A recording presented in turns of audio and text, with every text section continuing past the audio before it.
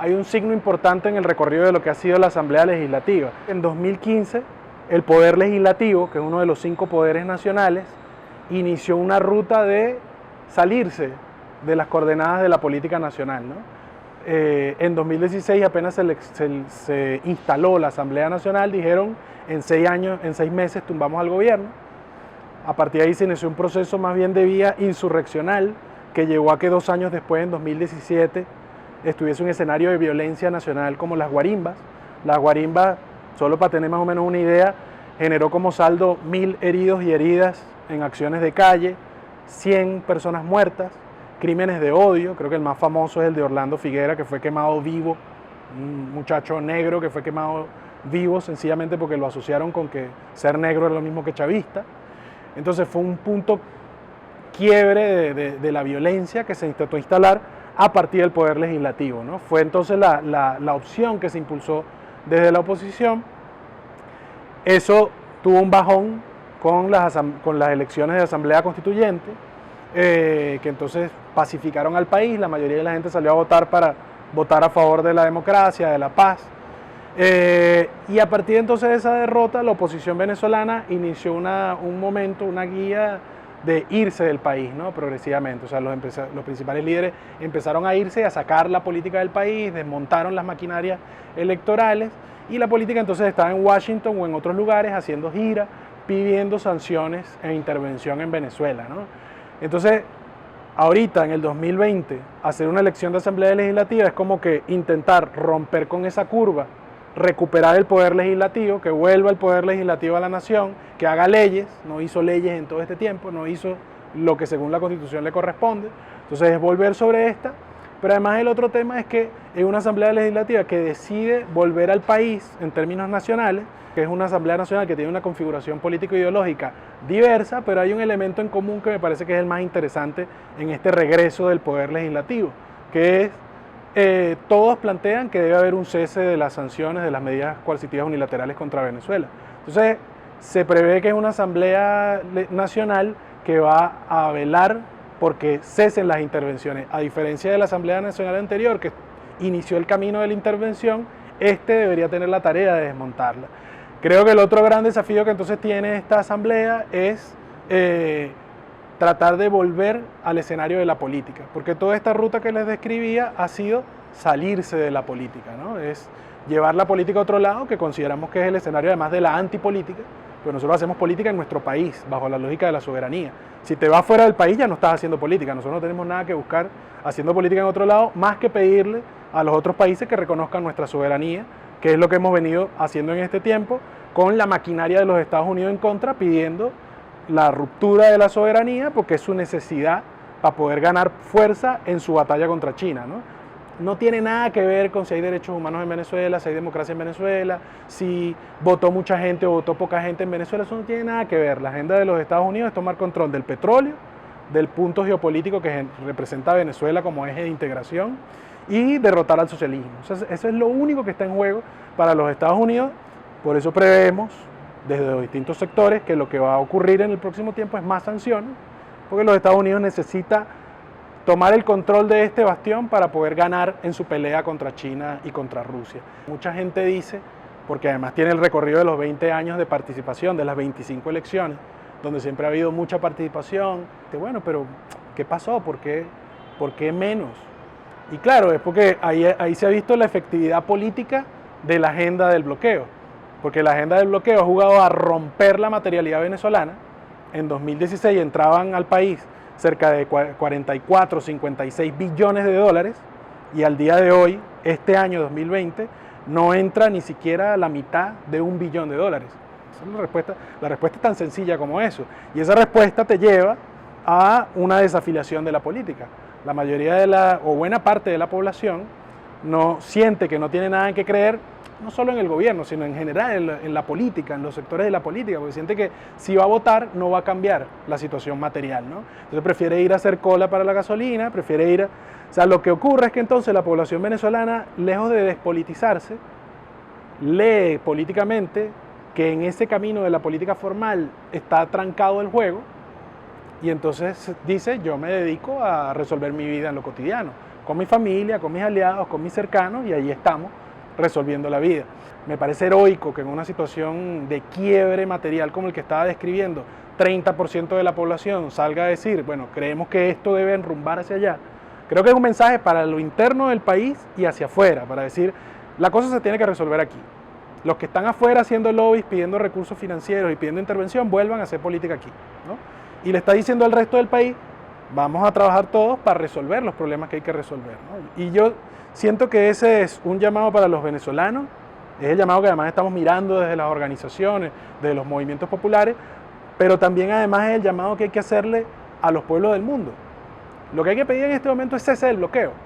No se puede vivir, no se puede votar, no se puede hacer nada con las condiciones de bloqueo genocida a las que nos vienen sometiendo, que es lo mismo que le está ocurriendo a Cuba, y es lo mismo que en alguna medida ocurre con Nicaragua.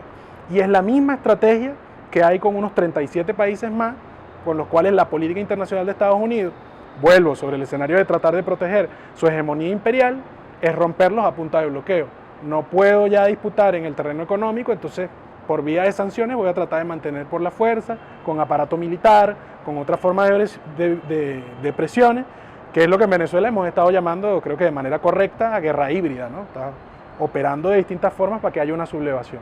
Y el gran desafío que se plantea entonces de aquí en adelante es cómo hacemos para construir, porque como ya sabemos que los gringos necesitan bloquearnos para poder reventarnos, y nosotros no lo vamos a hacer, no vamos a ceder, la única posibilidad que tenemos es avanzar en construir un modelo no dependiente de la renta petrolera.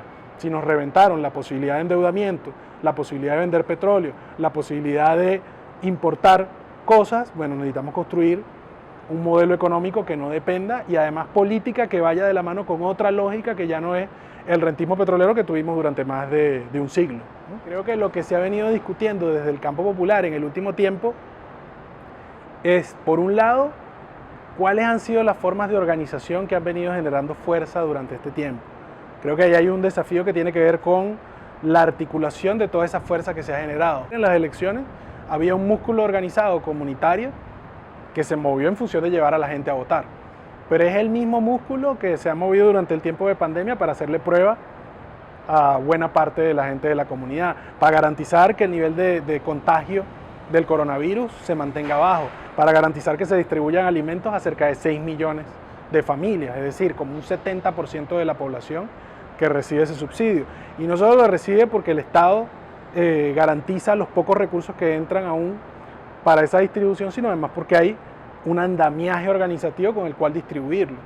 Entonces, menciono eso porque es un dato importante, pero además porque eso es una expresión de cómo en Venezuela, que tiene esa matriz común de proceso constituyente, también el tema de la relación entre el Estado y la organización popular ha tenido unos elementos interesantes, porque ha sido a partir del Estado y no en choque con el Estado que se han generado muchas de esas formas de organización.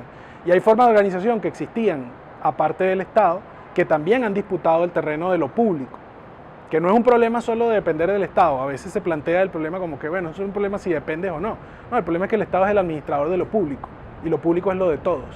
Entonces nosotros tenemos que disputar lo que está en el Estado, ¿no? O sea, en el caso nuestro, por ejemplo, yo que milito en el movimiento de pobladores y pobladoras, siempre hemos planteado que la autogestión no es un elemento que está por fuera o en contra del Estado. Esa es la tesis neoliberal, de que la autogestión es los pobres resolviendo entre ellos mismos sin disputar el terreno de lo público. Lo que está en lo público, lo que es la renta petrolera y que se ha rescatado en este tiempo, es lo que todos necesitamos disputar para tomar el control. Entonces, hago este comentario porque justamente la perspectiva que estamos definiendo en este momento es que solo desde lo común, solo en común, desde organizaciones, rescatando el horizonte comunal, es que podemos mirar la salida a la crisis. Y eso plantea que además no necesariamente plantea la negación del Estado. Creo que el Estado tiene un rol que cumplir y hay que defenderlo. Plantea la regulación, no necesariamente la negación por completo del mercado, pero sí la regulación y el control del Estado. Pero sobre todo plantea, no una tercera vía, plantea el reconocimiento de las formas de organización del pueblo que generan formas de propiedad, de organización, de gestión, de producción que son distintas de lo público y lo privado. Y repito tanto este tema de lo público y lo privado porque en América Latina nos han vendido mucho la idea de que no hay otra cosa que eso. Y que en los momentos de crisis además el Estado está muy debilitado, entonces lo privado pareciera que fuese la única vía, ¿no? No hay alternativa más allá del mercado. Y en el caso venezolano ese es un desafío muy importante, porque ciertamente, como describía anteriormente, los Estados Unidos ha venido reventando la capacidad de entrada que tenía el Estado, ¿no? La renta petrolera, y frente a eso entonces existe la necesidad de poder sostener la economía con una circulación de recursos. Entonces, bueno, se plantea en esta etapa el cómo empezar a incentivar la entrada de capital privado. Creo que el desafío central es cómo en este momento empezamos a posicionar esa campaña para decir, mira, aquí hay una potencia comunal que insurge frente a esto, ¿no? Y que ciertamente pelea porque el Estado tenga un rol por controlar el mercado, pero sobre todo porque hay una vía comunal de construir el socialismo que es la que tiene plena vigencia. Existe la idea de que el socialismo venezolano solo se construye cuando hay muy buena renta petrolera. Y creo que estamos en el momento justamente de demostrar que el socialismo se construye en los momentos de mayor crisis. El socialismo no se construye necesariamente con mucho dinero, con mucha renta. El socialismo se construye porque es una necesidad, porque es la vía real de los pueblos para poder sostenerse. En Venezuela, creo que en los 20 años de revolución hubo claridad de que para poder tener independencia hacía falta tener un modelo productivo. O sea, creo que eso, en términos declarativos, de posición política, estaba claro. Lo que yo creo que nos ha faltado en este tiempo ha sido entender todas las dimensiones que eso supone, ¿no? Creo que ha habido una subestimación de lo que significa desarrollar un modelo productivo, ¿no? Y me parece que una de las grandes trampas que tenemos en este momento, me atrevería a decir que incluso compartidas con algunos otros países de la región que intentan también levantar procesos independientes, soberanos, es pensar que la transformación de la matriz económica nacional es un problema estrictamente nacional, ¿no? Y claro, eso nos toca porque además quienes levantamos la bandera de la integración, del internacionalismo, del ALBA, necesitamos como avanzar en entender que eso pasa por cambiar el modo de acumulación global. Y el modo de acumulación global le determina a cada quien cuál fue su rol. El rol venezolano ha sido siempre un rol de dotar de petróleo barato y de otros materiales minerales al aparato de acumulación global, ¿no? Entonces, romper con eso pasa por una batalla hacia adentro y hacia afuera. Hacia afuera pasa por derrotar todos los sistemas transnacionales del capital que viven. Uno, del crudo como tal, ¿no? de ese petróleo. Pero también dos, porque hay distintas formas de extracción, que creo que es el otro tema. Se ha posicionado mucho la idea de que el extractivismo es sacar recursos naturales. Sí, pero también tienes un extractivismo financiero que va de la mano con eso, que es casi que el doble, ¿no? Lo doblas y lo triplicas por vía logística, porque hay entonces todos unos circuitos de extracción desde el punto de vista logístico, y que además todo eso se sostiene sobre distintas formas de generación de valor. ¿Cuánto de todo eso que se extrae en el país descansa sobre el trabajo no remunerado o mal remunerado de la mayoría de la población venezolana? Porque entonces ahí hay que aclarar, porque a veces pareciera que, bueno, como es un país rentista no productivo, entonces la gente no trabaja. Y la mayoría de la gente trabaja, y trabaja muchísimo para poder sostener todas esas formas de extracción de valor, ¿no? Y sobre todo, además, a mí me gustaría nombrar sobre todo el trabajo no pago, que por lo tanto pareciera que no es trabajo, el trabajo comunitario, el trabajo colectivo, el trabajo del cuidado, el trabajo de la reproducción de la vida cotidiana, que no pareciera estar en ningún lado, ¿no? Entonces, en el caso venezolano, eso creo que es parte de los retos, de los elementos que no hemos mirado, que hemos subestimado en lo que significa que vas a pelear con todo un capital transnacional que vive de esas formas de extracción, y también con un capital a lo interno y sus formas de reproducción que viven de la captación de la renta y de la circulación de la renta, que no es tan bueno como que ellos te van a decir, bueno, yo vivía de la distribución, la comercialización de esto que importaba y traía para vendérselo a todo el país, y entonces ahora tú te vas a poner a producir y vas a quitarme la mitad del mercado y yo me voy a quedar quieto. Eso evidentemente no va a ocurrir. Y nosotros subestimamos eso, ¿no? Pensamos que podía haber un acuerdo nacional donde todo el mundo estaba feliz con esa lógica de producción, porque en estos años hubo inversión en la producción, hubo inversión en industrias nacionales, hubo empresas bajo control obrero, hubo comunas productivas, hubo terrenos, tierra recuperada. Entonces creo que hay que hacer un balance de cuáles fueron, de manera más descarnada y con una mirada un poco más descolonial y más actualizada en términos del capitalismo que tenemos en nuestra región, para poder entender cuáles son los desafíos que tenemos acá en adelante.